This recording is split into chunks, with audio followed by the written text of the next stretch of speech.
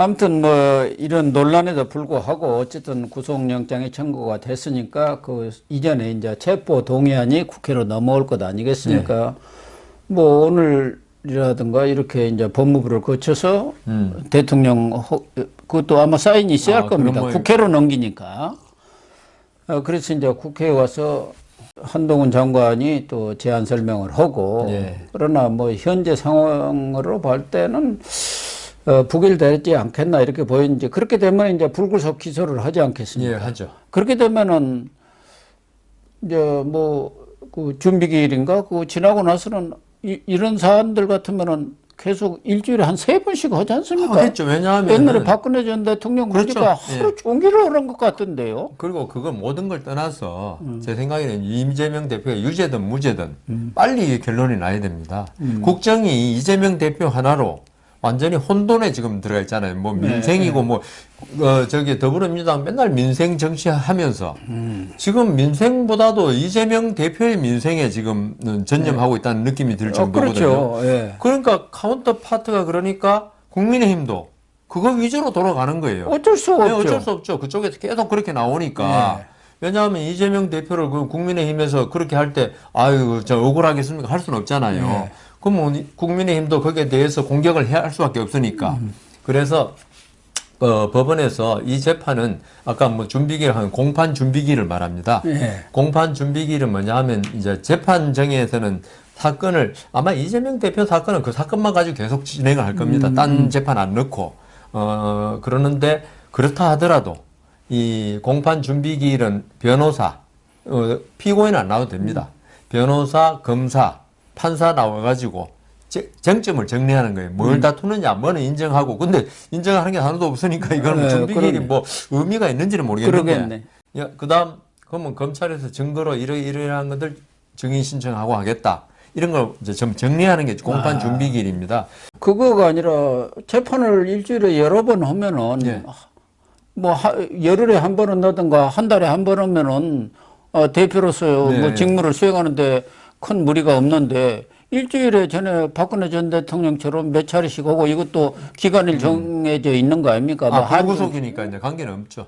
아니 그래도 그 1심 판결까지는 언제까지 내라는 아까 말씀하셨잖아요. 가이드라인은 있지 않습니까? 가이드라인만 있죠. 한 6개월 내에 어긴다고 아무런 처벌이 없으니까.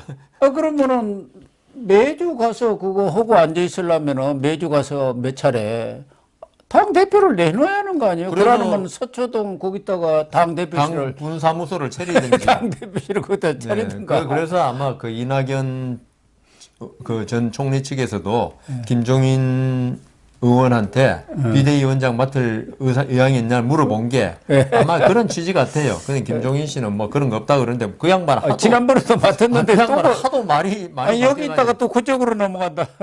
그러면 진짜 그것도 저 기록일 겁니다 아마. 헌정사 처음. 비례대표 6분도 기록이고 하는 김종인 위원장도 진짜 기록을 워낙 많이 세우셔가지고 그런데 여하튼 그러니까 뭐. 이낙연께도 이때 꼭 하필 또 그런 모임을 가져가려고.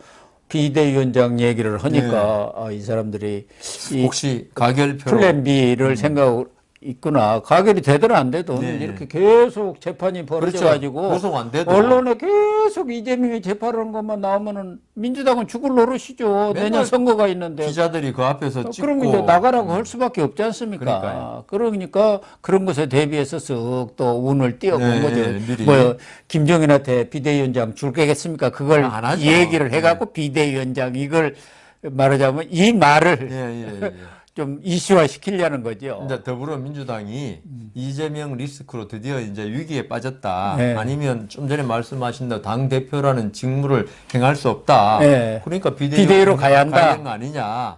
그 얘기를 써 걸린 거예요. 지금 그래야지 그게 뭐 현실성은 그렇게 지금 없지만은 그러니까 그 비명이나 반명의 의사가 드러난 거죠. 그러니까 그 이재명 대표로서도 그러니까 우리가 그 처음부터 그 계양구 국회의원 나갈 때부터 이제 여러 가지 말씀드렸는데 이재명 대표가 그때 무슨 배짱으로 나갔는지 자기가 특권 내려놓겠다고 국회의원에 그렇게 말씀하셨던 분이 특권을 위해서 간 거거든요. 그렇죠. 그러면 벌써 지금 깜방가 앉아 있을지도 모르죠. 그러니까요. 그래서 이 참 국정을 너무 이재명의 어떤 민주화 운동을 하거나 그다음 더불어민주당의 당의 어떤 그걸로서 어떤 범죄 있지 않습니까? 네. 뭐 그 의사당 문을 뚫이 부수고 이런 게 가끔 있잖아요. 네. 이런 것 같으면 그런 대로 그래도 우리가 이해할 수 있는데 네. 개인적인 범죄라는 거는 아까 기록 말씀하신데 이렇게 많은 범죄를 저지른 사람이 당 대표가 되는 것도 세계 기록이라 그러더라고요.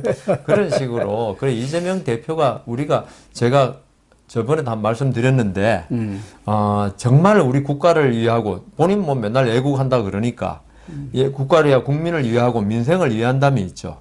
빨리 당 대표라도 국회의원을 내려놓는 거는 우리가 바라지도 않고 그렇죠. 당 대표라도 내려놔 가지고 재판은 재판이고 네. 아까 말씀하신 대로 일주일에 3번씩 할 수 있어요. 왜냐하면 이게 그렇죠. 제가 볼 때 기록이 몇십만 페이지가 될 수 있어요. 네. 있고 그다음 또 문제는 지금 백현동, 정자동 예, 이거 계속 수사가 되고 기소가 또 추가 기소가 된단 말입니다. 쌍방울의 대북 송금에 변호사비 대납에 그러니까요. 50억 클럽에 그거 계속 되면요. 권순일이도 그거 있지 않습니까? 50억 클럽에. 그러니까 내년 뭐 4월 총선까지가 아니라 그 이후까지 예. 재판이 계속될 수 있다고 이게 추가 기소가 되면은 그래서 그러면 국정이 뭐 이재명 대표가 야당 대표가 재판한다고 마비되는 건 아니지만은 국정의 그래? 파트너가 예. 없으니까 그리고 너무 거대 야당이 되다 보니까 이게 국민의힘 혼자서는 할 수 있는 게 없지 않습니까? 국회에서. 아무것도 못하죠. 그러니까요. 그래서 이게 이재명 대표가 제 생각에는 자기가 죄가 없다 하더라도 당 대표는 내려놓는 게 그게 도의입니다. 정치가 도의예요. 그거는 자기가 진정 국민을 위하고 국가를 위한다면은 내려놓고 예? 나 나중에 무죄 다 받고 화려하게 복귀하겠다. 금이환영하겠다. 이렇게 말하면서 내려놔야지. 아니 당 대표란 걸 그 둘러다 아마 그거는 있죠. 조금 불리하면 오늘 당 대표 직무를 행하게 기일 변경해달라. 그 용어일 것 같아요. 아무튼 뭐 이재명 대표가 그렇게 해주면야 당 대표직이라도 내놓고 뭐 금배지는 그대로 차고 있더라도 하면은 전국이 좀 풀리고 윤석열 대통령, 윤석열 정부도 뭔가 좀 일을 해볼 수 있을 텐데 그럴 가능성은 지금 돌아가는 상황으로 볼 때는 거의 제로가 아닌가 이렇게 보여집니다. 우선 뭐 이재명 대표가 지금 앞장서서 이 구속조지 총동원령을 내려놓은 상태거든요. 그래서 16일 날 이 구속영장 청구가 됐고 그런데 16일부터 긴급 최고위원회를 열어서 법치주의가 무너진 날이다. 사사로운 정적 제거 욕망 때문에 이 법치주의가 무너졌다. 이렇게 포문을 열었고 17일에도 또 최고위원회를 열어서 신선 노름에 도끼자루 썩는 줄 모른다더니 권력 노름에 민생 망치는 윤석열 정권이다. 이렇게 지금 아주 맹비난을 하고 나섰고 SNS에도 대한민국은 주스로 나라 정책 결정권은 천공과 검찰에 물어봐야 한다. 이렇게 지금 앞장서서 본인이 포문을 열고 있단 말이에요. 이런 것으로 봐서는 뭐 이재명 대표가 여 변호사님 말씀하신 대로 당 대표를 내놓을 생각은 없고 아마 깜빵에 갔어도 공천권은 쥐고 있을 생각인 것 같습니다. 그래서 정적 제거에는 전광석하고 민생 고통에는 한몸차사다 이렇게 비난을 퍼붓고 있습니다. 저기 검찰 독재라고 자꾸 그러더라고요. 예. 그런데 고 교수님이나 저나 70년대 대학을 다닌 사람들의 박정희 대통령 때하고 그렇죠. 그다음 전두환 대통령은 이제 대학 졸업 후지만 그때 검찰이 어떻게 했는가 그걸 아는 사람은 지금 검찰 독재라고 말할 수가 없어요. 아예. 그리고 지금 이분들이 검찰 독재라는 거는 좀 문재인 정권 시절의 어떤 향수 아니면 그걸 갖다가 지금 같이 보는 것 같은데 저는 오히려 문재인 정권 시절이 검찰 독재였다고 봅니다. 왜냐하면은 검찰을 이성윤 이런 사람이 있었죠. 그 다음 법무장관을 계속 추미애, 박범계 그래가지고 뭐 수사지휘권 같은 거 이용해가지고 조국 수사를 하는 윤석열 총장을 계속 직무정지, 그 다음 직무배제. 서팀들 다 해체해보고. 그러니까 해체해보고. 그거는 검찰이 자기 독자적인 판단으로 독재를 하면 차라리 괜찮은데. 검찰 자체를 해체시키는 행위를 했거든요. 그것도 안 되니까 결국 수사권 분리해가지고 검찰의 칼을 다 뺏어버렸지 않습니까? 이런 게 어떻게 보면은 검찰을 하수인으로 만든 거지. 지금 검찰이 물론 이제 대통령의 뜻을 진짜로 받드는지 아니면 검찰이 독자적으로 수사하는지 모르지만 그런 게 아니지 않습니까? 네. 근데 문재인 시절에 자기들이 그렇게 해놓으니까 똑같이 보는 것 같아요. 그렇죠. 네. 네. 자기가 했던 거니까. 그러니까 해봤으니까 이 됐잖아요. 정권에서 똑같이 하겠지. 네. 그런 그러니까 생각. 해봤으니까 됐잖아요. 그래서 이게 저번에도 말씀드렸지만 계속 검사 독재 뭐 이번에 저는 그랬습니다. 윤미향 사건에 대해서도 더불어민주당이 거당적으로 나서 가지고 윤미향한테 죄송하다 그러더라고요. 그게 윤미향한테 죄송하다는 말은 껍데기 말이고 그 내부는 뭐냐 하면은 그렇게 이 검찰이 정치 검찰이고 독재 검찰인데 그런 사람의 탄압받은 윤미향한테 죄송하다. 그러면 그런 검찰이 이재명을 갖다 수사하는 것도 똑같다. 그 얘기죠. 그러니까 이 겉은 윤미향에 대한 죄송이라 해놓고 지금 말은 이재명 수사는 엉터리다. 정치 수사다. 이걸 내세우기 위해서 자꾸 윤미향을 지금 띄우는 거예요. 데리고 와가지고 이용해 먹고 있더라고 보니까요. 야당이. 아니 이한바 할머니 1,500만 원 횡령한 것은 그건 적은 돈입니까? 그러니까요. 지금 그렇게 판결 내린 것에 대해서 국민들이 다 분노하고 있는 그런 상황 그러니까 아닙니까? 이번에 지금 한 몇 건 자체 곽상도, 윤미향, 또 김학의 불법 김학의 그것도 왜 지금 요새 판사들이 그래서 지금 제가 생각할 때는 그 사람들이 우리법연구회나 이런 그 출신들이어가지고 윤석열 정부에 대해서 아주 조직적으로 뭔가 움직임이 있나 판사들 간에도 이거 한번 악살매기자 이때 좀 혼내자 그런 건지 지금 재판부에 지금 이번에 판결 난 것 중에 많은 부분이 문재인 때 수사하고 기소한 겁니다. 다 그때 수사하고 기소한 거죠. 그러니까 윤명희도 무슨 이 정부 와서 한 거 아니잖아요. 그런데 그걸 마치 윤석열 정부가 무슨 야당 탄압하기 위해서 모르는 국민들은 이 정부 와서 그러니까요. 수사하고 재판한 줄 알아요. 그러니까 덤태기를 지금 윤석열 검찰이 뒤집어 쓰고 있는 거예요. 저는 그 송파구에 사는데 그 남인순 의원이 예. 그 지역구 국회의원인데 요새 보면 사거리마다 플래카드가 많이 걸리는데 그 남인순 의원 걸린 거 보니까 물가 폭탄 해결하라. 근데 저는 이 물가 폭탄을 지금 그 윤석열 대통령 시절에 와서 드러났지만 그 이유가 바로 가스값 5년 동안 억제하고 한 건데 참 뻔뻔스럽다는 생각을 해요. 자기들이 만들어 놓은 물가 폭탄을 원인을 제공한 물가 폭탄을 윤석열 정부가 터졌으니까 그걸 해결하라는 게 그런 식으로 이 사람들이 하는 걸 보면요. 이 모조리 이게 그 이재명에 대한 수사, 그다음 기소 이런 게 전부 다 정치적인 그런 걸 갖다가 더 씌우기 위해서 그렇죠. 경강부회를 엄청나게 하고 있거든요. 예. 그래서 참 국민들은 그걸 모르니까 이게 윤석열 대통령이 또 게다가 검사 출신이잖아요. 검찰총장 출신이니까 우리가 옛날에 군사 독재 시절에 대통령이 검찰을 좌지우지했던 걸 다 그런 그 안 좋은 기억을 끌어와 가지고 지금도 그렇다. 윤석열 정부한테 그러면 판사까지 윤석열 대통령이 다 좌지우지 해야죠. 그런 건 아니라는 걸 아는데도 지금 제가 이제 이 법조에 대해서 잘 모르는 국민들은 법원도 이 김명수가 그렇게 해놔버린 바람에 전부 다 대통령이 이야기하면 다 그렇게 되는 줄로 그렇게 알고 있어요. 그래서 말씀하신 대로 지금 이재명은 이 검찰의 수사가 완전히 정치 수사다 이런 쪽에 이제 프레임을 씌우려고 온갖 수사 말 잘하는 사람들 아닙니까? 그러니까요. 예, 거짓말 잘하고 그런데 이제 지난번에 장외투쟁 한번 했는데 이번에는 한 2천여 명 모아가지고 전국 지구장 위원장 국회의원 긴급 연석회의도 오고 로텐더홀 국회에서 또 규탄대회도 했습니다. 그러니까 이 단일 대우를 어떻게든지 형성해야겠다. 이탈 못하게. 그래가지고 이재명 대표가 또 그동안 비명으로 조금 목소리 높인 대로 의원들 개별적으로 맨투맨으로 접촉해갖고 공천은 걱정 마십시오. 혹시 개딸들이 문자 폭탄 못 날리도록 제가 다 얘기해 놨습니다. 절대 문자 폭탄 그런 거 하지 말라고 했습니다. 그리고 비례대표들도 그 지역구 내려가서 괜히 코털 건드리지 말라고 해놨습니다. 이렇게 한 것도 있지만 그래도 불안하지 않습니까? 불안하죠, 그거야. 불안하니까 어떻게든지 이탈표를 막아야 한다.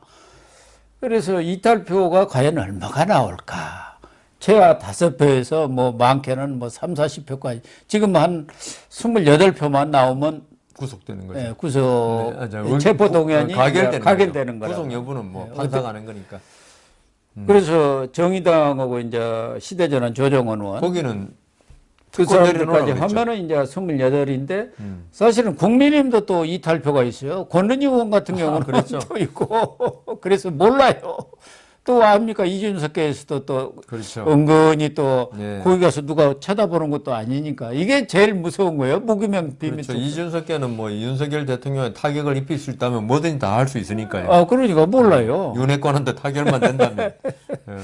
그래서 아마 뭐 그냥 이재명 대표가 할 수 있는 모든 방법을 동원해서 어떻게든 이번에 이 체포동의안 뭐 고비랄까 이걸 넘기려고 하는 것 같은데. 근데 제 생각에는 그 어차피 부결될 걸로 저는 예상합니다. 저도 그렇게 봅니다. 지금 큰 소리 뭐 비명 반명 조홍천 의원 뭐 이야기하더라도 나중에 뭐 표 찍을 때 보면 그러니까요. 다 찬성. 저번에는 또 노웅래 의원 때도 그렇지 않습니까? 예. 그래서 뭐 저는 거의 부결될 거라고 보는데 근데 검찰로서도 손해 보는 장사는 아니거든요. 네. 우선 아까 그러네요. 노웅래 의원 때도 말씀하셨지만은 한동훈 장관이 가서 어. 진짜 돈 새는 소리 들었다 할 그런 거 몇 가지. 예. 그러니까 한동훈 장관도 상당히 정치적이에요. 그런 거 보면은. 정치적이죠. 그건 사실 국민의 감정을 그 어떤 건드리는 말이거든요. 돈 새는 소리 이런 거 예. 5만 원짜리 아니겠습니까? 예.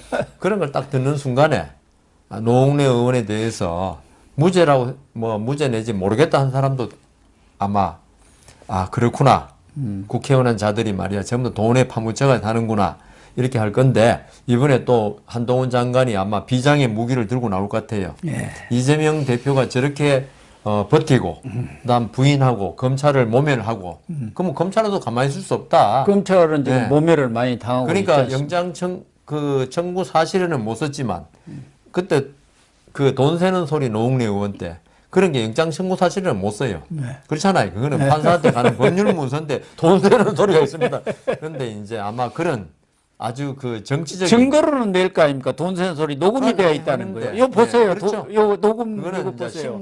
그 심사할 때 내려고 그랬는데 아예 뭐 그것도 부결돼서 못 했는데 그리고 이번에 노웅래 의원 1탄 부결 그다음 이재명 대표 또 부결 또 부결이 또 나오죠. 이러면은요 국민들이 아니 죄가 있고 없고 이런 거는 법원에서 판단받아야 되는데 아예 검찰에서 그 영장을 판단받을 기회조차 그 피고인 그 거대 야당의 힘을 이용해서 부결시킨다. 네. 그런 느낌이 한 번일 때는 뭐 어떨지 몰라도 두 번, 세 번 반복되면 이제 진짜 피로감을 느낀다고요. 네. 야당에 대해서 어떤 동정심을 가졌더라도 네, 이건 그렇게 아니지 되겠죠. 않느냐. 민주국가에도 국회의원이라 그러면 저는 국회의원이 안 돼봐서 모르지만 국회의원 당선되고 국회에서 그 선서할 때 막 국헌을 지키고 뭐 대통령 선서하고 비슷한 말 하지 않겠습니까? 네.